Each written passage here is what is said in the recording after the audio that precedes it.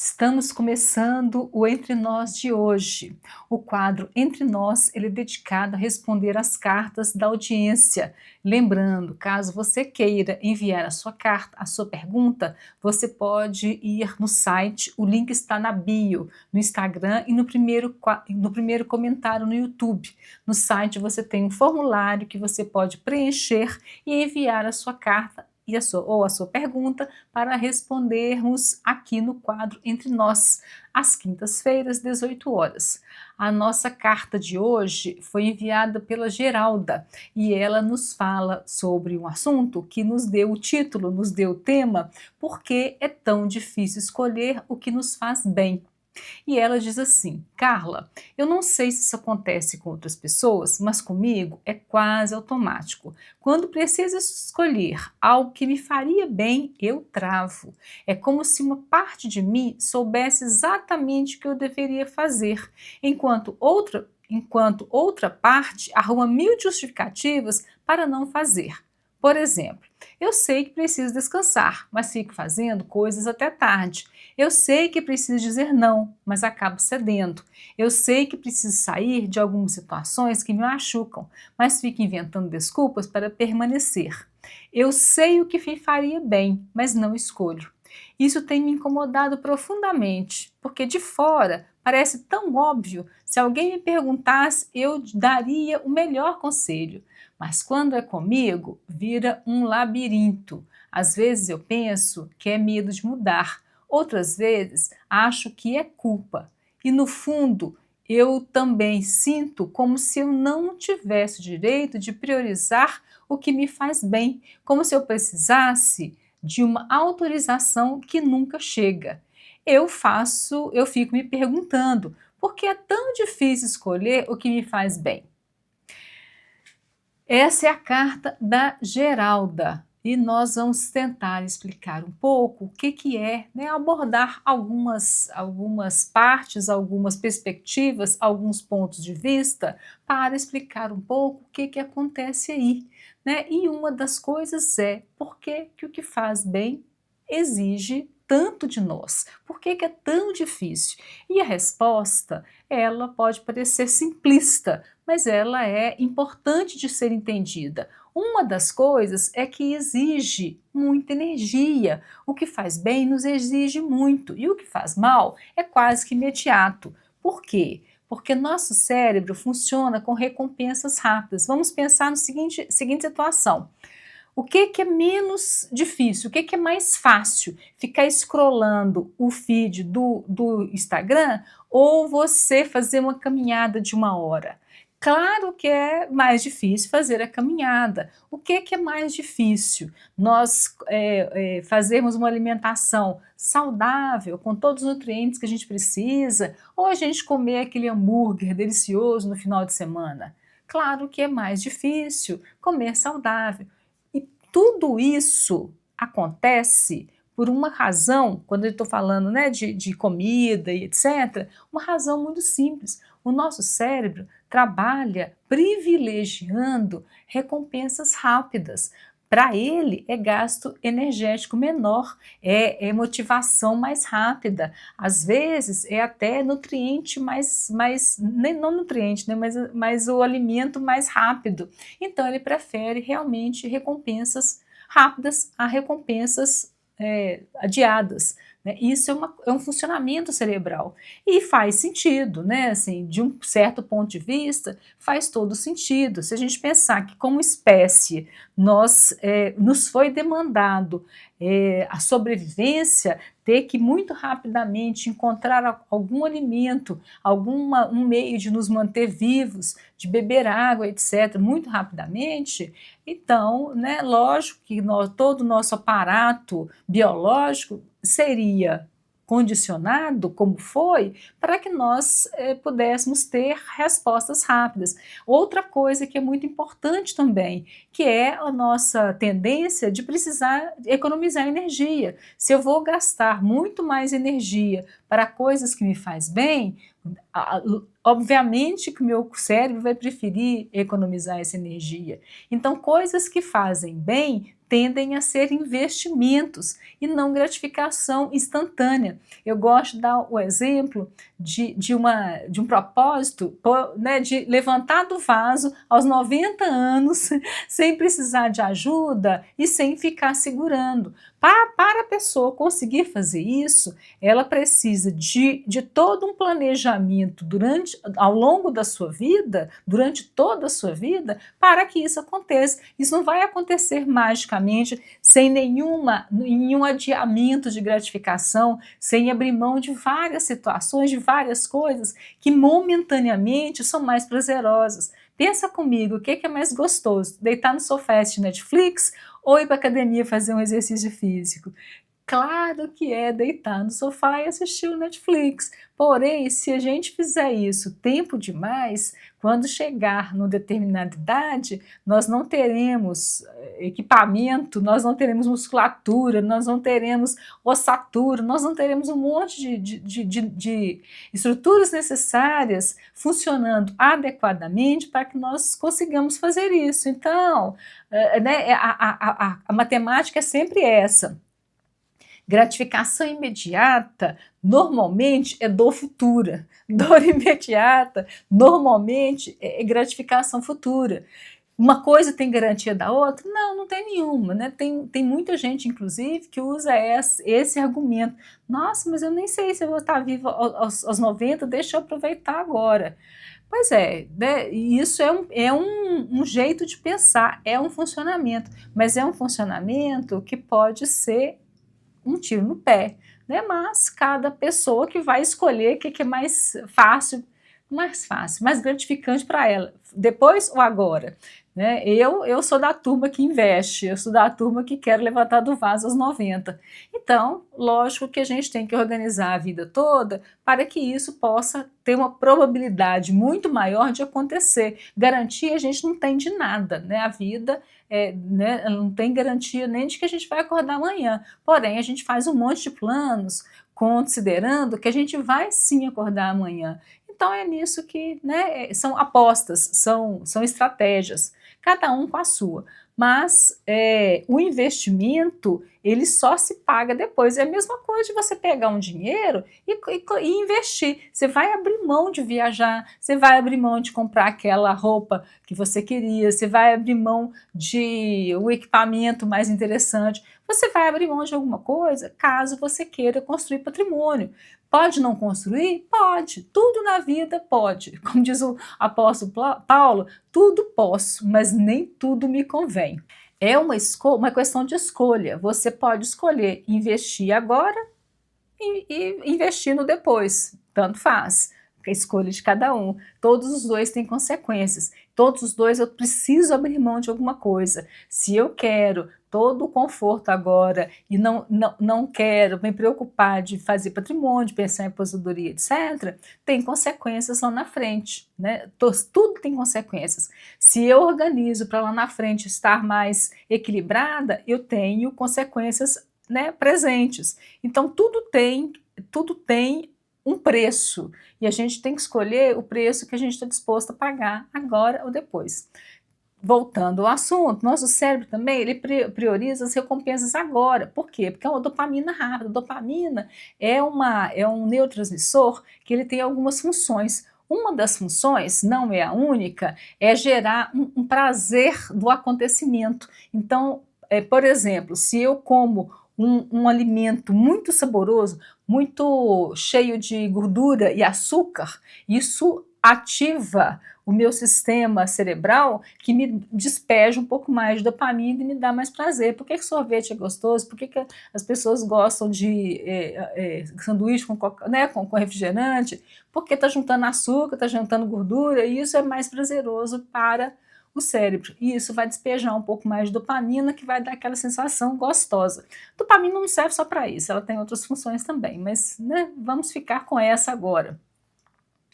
O que faz bem de verdade é uma recompensa, pode ser uma recompensa sadia, e isso que é o problema, né? Porque estar sedentário, estar assistindo Netflix, estar deitado o tempo inteiro, estar entupindo de gordura, açúcar, etc., é super interessante agora, mas não faz bem. Então, a recompensa tardia, ela é mais difícil de localizar, porque vou voltar ao meu exemplo privilegiado, e se levantar do vaso aos 90. Nossa, ninguém nem sabe se vai chegar lá. Então ela é muito mais sutil. Só que, né, como eu disse, a gente tem que escolher no que aposta. Então, né, você quer ser mais relaxado e sem fazer exercício físico, etc., vai precisar tomar, possivelmente, remédio de pressão muito mais cedo. Ou vai precisar de tomar remédio de pressão. Se você tem atividades físicas constantes, atividade cardiovascular e por aí vai, uma caminhada mais acelerada, com uma certa regularidade, a sua possibilidade de não precisar de remédio de pressão é grande. Então, assim, o que você quer? Né? Essa que é a conta que a gente vai precisando de fazer. Por isso é que as coisas que eu quero, né, que me faz bem, elas são mais difíceis de topar. Por quê? Porque ela tem um prejuízo, não é um prejuízo, ela tem um adiamento de recompensa que nem todo mundo está disposto a fazer. Lembrando que o nosso córtex pré-frontal é o sistema, né, a estrutura, sistema não, é a estrutura responsável, grande parte dela, né, por calcular risco, calcular custo-benefício, calcular repercussão, fazer adiamento de recompensa e por aí vai, né, fazer o cálculo de agora ou depois e todo esse processo que a gente chama de mais adulto, esse córtex ele só está pronto, funcionante, com sorte, lá pelos 25. Por que com sorte? Porque depende também de uma série de circunstâncias da sua vida para ele desenvolver bacaninha. Se essas circunstâncias não acontecerem, se elas tiverem prejuízo, esse desenvolvimento do córtex ele é mais demorado ou ele nem acontece, né, completamente, eu quero dizer, né, desenvolver ele vai de alguma forma, mas essa capacidade de adiar a recompensa, de tolerar a frustração, de conseguir ouvir um não, de conseguir ouvir uma crítica e está tudo bem, e por aí vai. Qual que é uma dessas circunstâncias? É, por exemplo, se eu tive pais muito permissivos. Por incrível que possa parecer, o sonho de todo mundo é exagero, mas sonho de muita gente, de muitos adolescentes, é ter pais que não ligam para eles, entre aspas, que não cobram, que não reclamam, que não exigem, que não controlam. Essa é o ideal da vida de muitas pessoas, porque a pessoa talvez não saiba que aquilo é um grande prejuízo, né? O não, o limite, o controle, né? Entre aspas, aí, o controle, entender que existe uma hierarquia familiar e tudo isso, isso é benéfico para desenvolver o meu córtex cerebral. Se eu não me frustro, eu não desenvolvo a capacidade de tolerar a frustração, por óbvio, né? Então, se eu não tive a sorte de ter limites, eu vou ter o meu córtex menos desenvolvido. E se eu tive a sorte de ter limite, não, frustração na medida certa, né, e por aí vai, aí eu tenho mais possibilidade, uma possibilidade maior, mais concreta de desenvolver meu córtex direitinho. Claro que não é só isso, eu estou dando um exemplo, mas é uma série de circunstâncias que eles precisam caminhar mais ou menos juntos. Por isso que eu digo que com sorte, com sorte, lá pelos 25. Então fica difícil mesmo, né? Adolescentes, por exemplo, pessoas muito jovens, adiarem recompensa, calcularem bem risco, calcularem custo-benefício, é mais difícil. Então, no exemplo que eu dei, né, o que é mais fácil, ler um livro ou scrollar o feed né, o Reels do Instagram? Claro que é scrollar, que é muito mais fácil, e ler um livro é muito mais difícil. É o mesmo mecanismo de tomar decisão, eu preciso decidir entre uma coisa e outra. O sistema límbico, né, que é quem controla as minhas emoções, numa briga, numa queda de braço, ele vence o córtex pré-frontal, na pressa. É, por quê?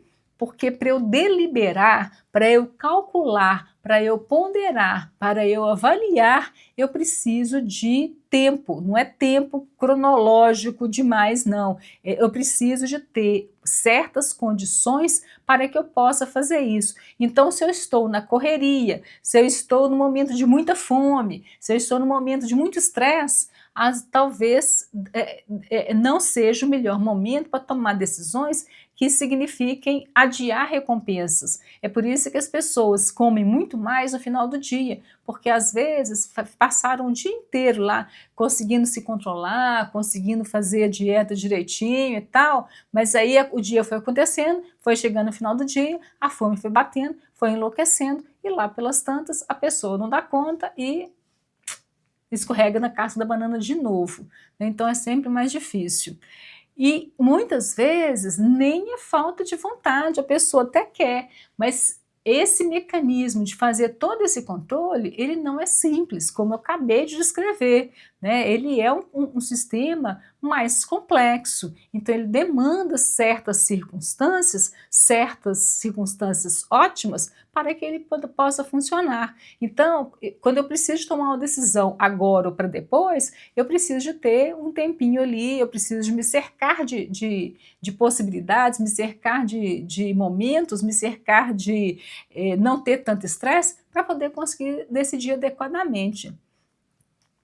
Outra questão também, que conforto, ele é viciante, né? Quem não gosta? É muito fácil a gente acostumar com coisa boa, é muito difícil a gente acostumar com coisa ruim.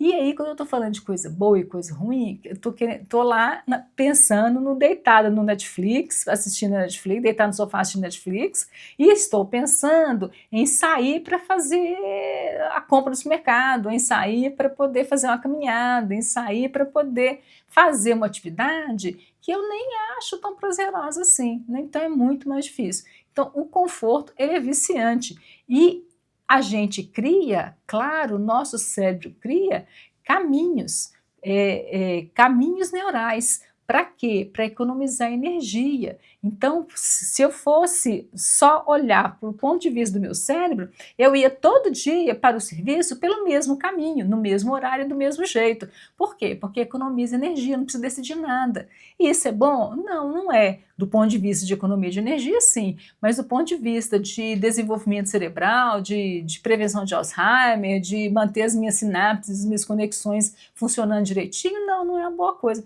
Quanto mais desafios eu dou para o meu cérebro, melhor para mim. Só que isso tem um custo, né? Um custo energético, e nem sempre é fácil.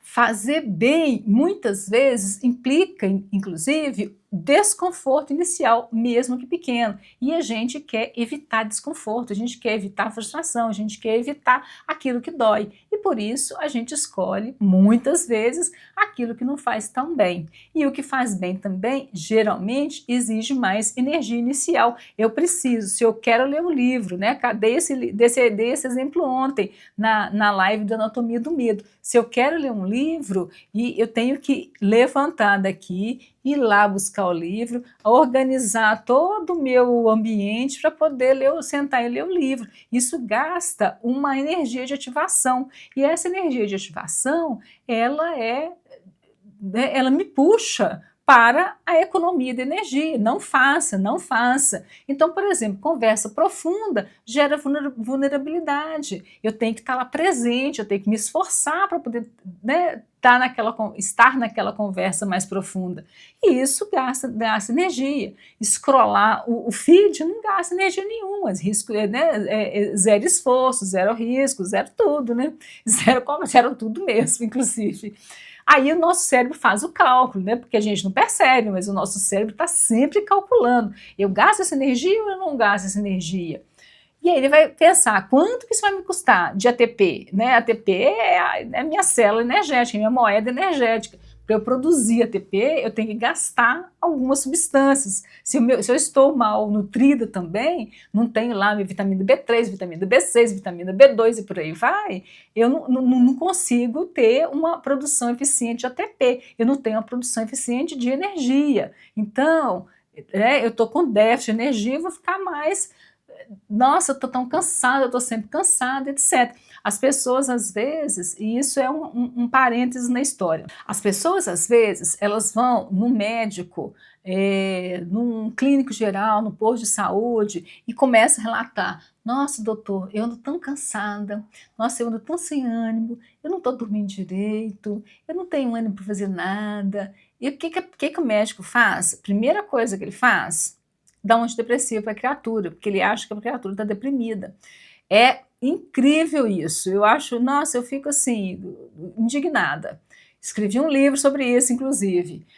Que ele não faz? Ele não te pede um exame, né? Alguns exames para ver como estão a sua absorção de nutriente. Ele não faz uma pesquisa mais aprofundada para saber se sua produção de ácido clorídrico está bacaninha, se você está conseguindo digerir os alimentos, absorver os nutrientes, para poder ter as vitaminas necessárias para que você possa produzir energia. Então, às vezes, você está com déficit de vitamina e deve estar tomando antidepressivo. Né?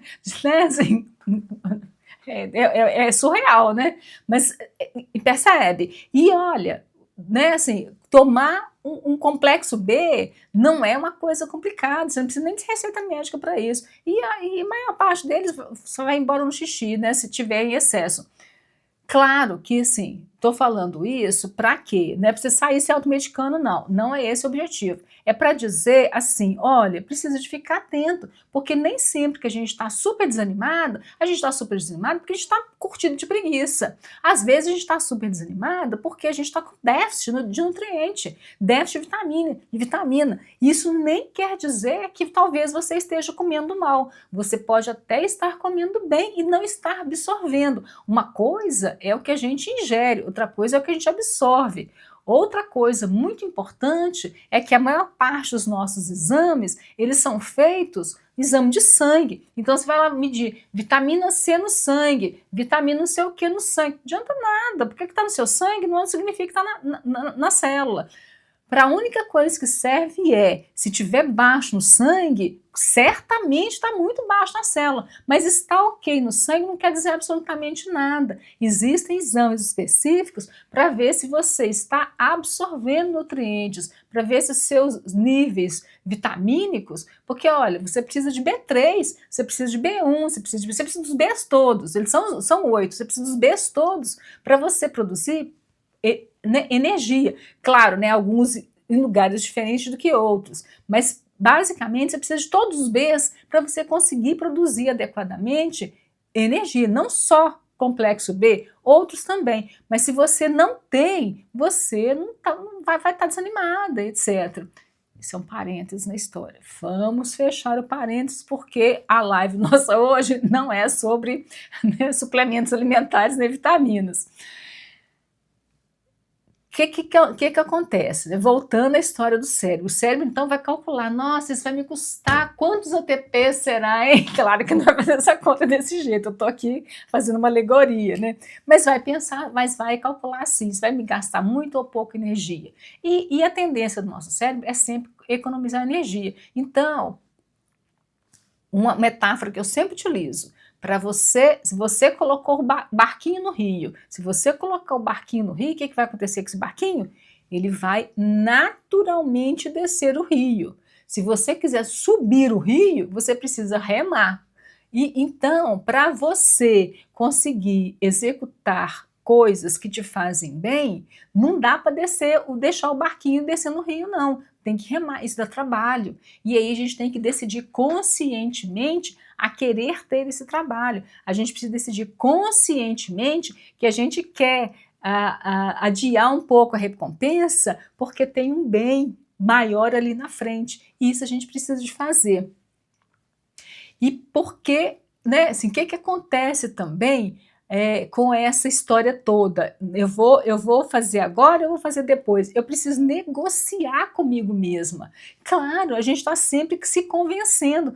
Nossa, aliás, a gente sempre quer justificar por que a gente não vai fazer. Né? Não quero ir na academia. Nossa, mas está frio hoje. Nossa, mas será que vai chover? Nossa, mas eu estou tão cansada. Ai, eu acho que eu vou amanhã. E a gente usa essas justificativas todas. Amanhã eu começo, não vai fazer diferença, é um dia só, é só essa vez, é só esse hambúrguer, é só essa pipoca. Aqui, não estou falando do alto da Torre de Marfim, não. Isso é comigo também, né? Porque, assim, de vez em quando, gasta uma negociação, porque o desejo é comer um prato de pipoca, não uma vasilha de pipoca toda tarde, porque eu gosto de pipoca. Não dá ficar entupindo de pipoca, então tem que negociar. E por aí vai, né? Estou dando exemplo aqui da pipoca, mas vi várias coisas. Nem todo dia eu estou querendo ir para academia, e aí eu fico assim, uma luta para vencer a preguiça. Então, assim, não é só com você, é comigo também e é com todos nós, né? O que a gente precisa? Precisa fazer uma negociação interna.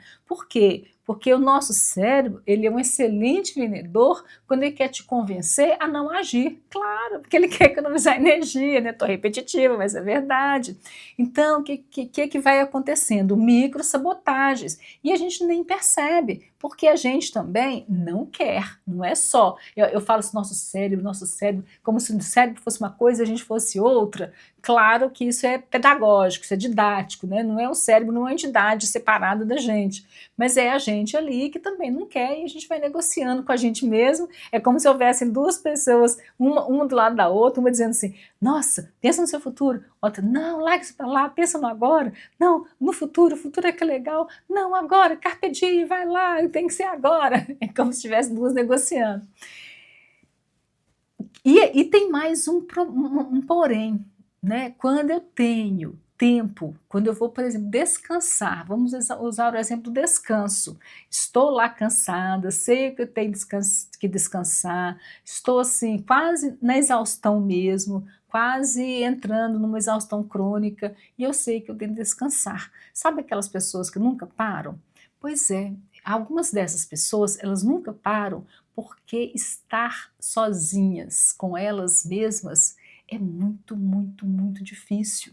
Então, o silêncio interno, ele é assustador, assustador a ponto de me obrigar a estar sempre distraída, sempre em fuga de mim mesma. Esse é um outro pedaço também que precisa ser considerado, né? Porque não é só a negociação de energia, tem outras questões também. As pessoas que dizem o tempo inteiro não tenho tempo, não tenho tempo, não tenho tempo, muitas vezes não é isso. Muitas vezes é assim, eu tenho tanto medo de estar sozinha, de estar sozinha comigo mesma, de parar e sentir, porque eu não sei o que eu vou encontrar lá. Se eu olhar para dentro de mim, eu não sei o que eu vou encontrar lá. Pode ser que o que eu encontre lá seja muito doloroso e eu não vou dar conta.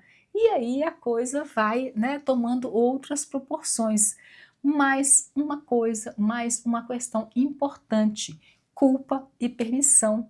Porque escolher o que faz bem exige identidade, não força de vontade. E aí, o que acontece? Nossa, e a pessoa começa a se acusar. Nossa, você não tem força de vontade nenhuma. Aí vem a culpa. Aí, né, o outro pedaço diz assim, não, não é bem isso, é outra coisa. E vem a culpa de novo. E a coisa vai. Então eu preciso também de me dar uma permissão interna para que eu possa estar bem, para que eu possa receber, para que eu possa me cuidar. E isso é muito importante. Tudo isso faz parte daquela grande pergunta: quem sou eu? Né? Quem sou eu? Eu tenho direito de ocupar lugar no mundo, eu tenho lugar no mundo, eu posso ocupar, eu posso ser alguém, eu posso ter voz, eu posso olhar para mim, eu mereço alguma coisa? Todas essas perguntas, elas estão ali também, né? Porque uma coisa não exclui a outra. As coisas podem existir concomitantemente, todas misturadas, todas em níveis, como um descascar de cebola. Né? Aquela coisa, não, não posso descansar agora porque tem uma coisa mais importante para fazer. Não, não posso fazer isso porque tem uma coisa mais importante para fazer.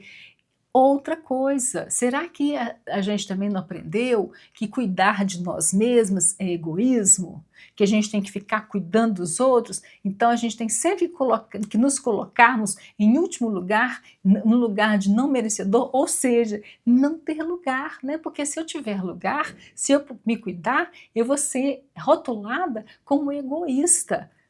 Mais uma questão, produtividade. Eu tenho que estar sempre ocupada, porque se eu não estiver sempre ocupada, eu não estarei sendo produtiva, eu não estarei mostrando para o mundo quão competente eu sou, quão trabalhador padrão eu sou, né? Quanto eu sou uma pessoa dedicada, empenhada. A frase morda essa pessoa, enquanto com os outros, não, como é que você está? Nossa, na luta, né? Na batalha. Ai, que expressão horrível, né? Porque assim, que expressão horrível.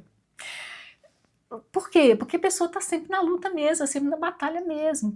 Ela não consegue ter um momento de paz, um momento de autocuidado, um momento de. Como é que o pessoal diz? Pessoal que gosta de fazer artesanato, pessoal mais criativo é que diz isso. Ócio criativo. Exatamente, a pessoa não pode se dar um ócio criativo, né?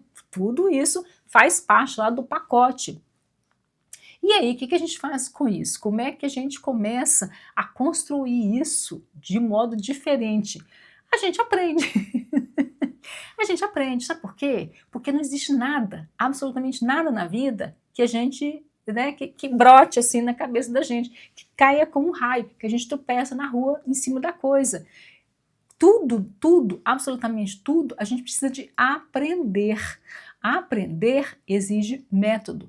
Um método que foi desenvolvido especialmente para te ajudar a executar essa missão de se permitir, essa missão de se enxergar como merecedora, essa missão de te enxergar como alguém que é passível de ser amada e passível de confiar em outras pessoas, um método calibrado para te ajudar a desenvolver destemor, confiança e regulação emocional, mobilidade emocional. Para quê? Para que você possa entrar e sair dos ambientes com menor dano para você e para as outras pessoas. O que eu quero dizer com isso? Quero dizer que você, se estiver numa conversa difícil com alguém, você vai saber conduzir essa conversa. Se você precisar colocar um limite em alguém, você vai colocar tranquilamente. Se você for demandada a dar sua opinião, você vai poder dar a sua opinião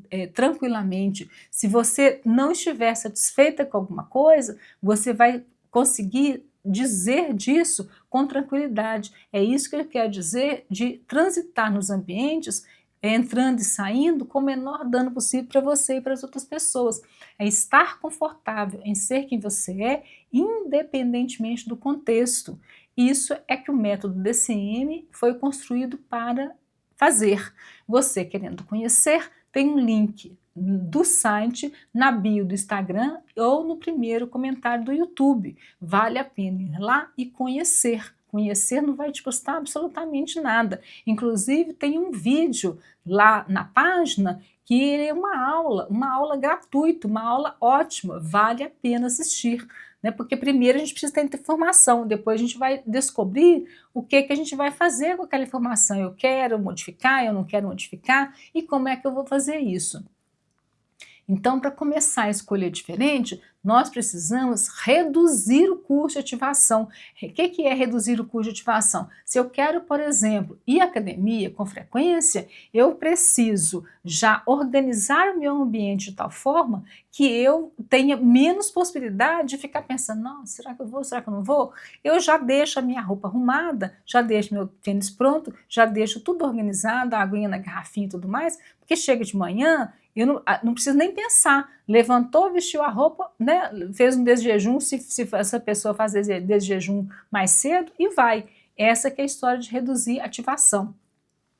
Microcompromissos. Eu preciso de fazer compromissos pequenos comigo mesma e cumprir esse compromisso. Por quê? Porque quando eu faço um compromisso comigo ou com qualquer pessoa e cumpro, eu estou contando para o meu cérebro, eu estou contando para mim mesma que eu sou uma pessoa confiável, que eu digo que eu vou fazer e eu vou lá e faço. Então, faça pequenos compromissos com você para você ser capaz de realmente executar aquilo que você combinou com você mesma.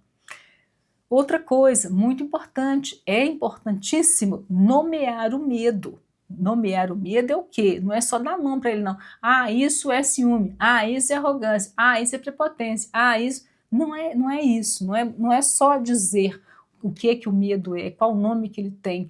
É olhar para ele e saber, eu estou com medo disso. Eu estou com medo de parar e me olhar. Eu estou com medo de estar sozinha comigo. Eu estou com medo e de falar sobre isso para você mesma, não precisa ser para ninguém não, para você. Se você precisa ter consciência do que está acontecendo com você mesma, isso é muito importante. Dar permissão consciente, eu mereço esse momento, eu tenho lugar no mundo, eu posso ocupar esse lugar, eu sou uma pessoa que tem o valor intrínseco em mim, eu não preciso de ninguém me dizer o que eu valho, eu sei o que eu valho independentemente de fazer alguma coisa para alguém ou não, é um valor intrínseco que não demanda eu fazer ou deixar de fazer alguma coisa. E por fim, é bom observar como você se sente de verdade. Depois de você fazer essas coisas, por exemplo, você fez um compromisso com você mesma, foi lá e cumpriu 1, 2, 3, 5. E aí, como é que você está se sentindo com isso? Isso é muito importante também. Então, né, para finalizar, vamos repensar, né, vamos recapitular um pouco o que a gente conversou hoje. Fazer o que nos faz bem é difícil, não é simples, não é fácil. Por quê? Porque demanda um custo de ativação, demanda um custo de energia, porque tem que sair daquela coisa, né, de sair da economia de energia que o cérebro está te demandando. E isso é muito importante. E isso não é só força de vontade, né? Força de vontade aqui é o menor dos ingredientes. É você, de fato, entender quais são os obstáculos que estão no seu caminho para poder enfrentá-los. Mobilidade emocional é conseguir transitar entre escolhas que te nutrem, né? Escolhas que são boas para você. É poder escolher, eu vou ficar aqui na recompensa rápida, mas com prejuízo futuro, ou eu vou fazer o contrário, fazer essa escolha conscientemente e não simplesmente deixar o barquinho correr no rio. E uma pergunta para refletir: o que um dia por semana poderia melhorar as suas escolhas? Será que um dia por semana você pode escolher uma vez alguma coisa que te faz bem? O que isso melhoraria na sua vida? É uma pergunta para você refletir, tá certo? Então, mais uma vez, eu quero convidar vocês a visitarem o site do Digital com Maturidade. De novo, o link está na bio no Instagram e está no primeiro comentário no YouTube, para você conhecer o método DCM, para você talvez mandar a sua carta para o Entre Nós e para você visitar, ler os artigos que estão lá no blog também, que tem muito artigo bom, porque conhecimento é o primeiro passo para a mudança. Ele não é o único, mas ele é o primeiro. Ele é necessário, ele não é suficiente, mas ele é necessário. Está certo?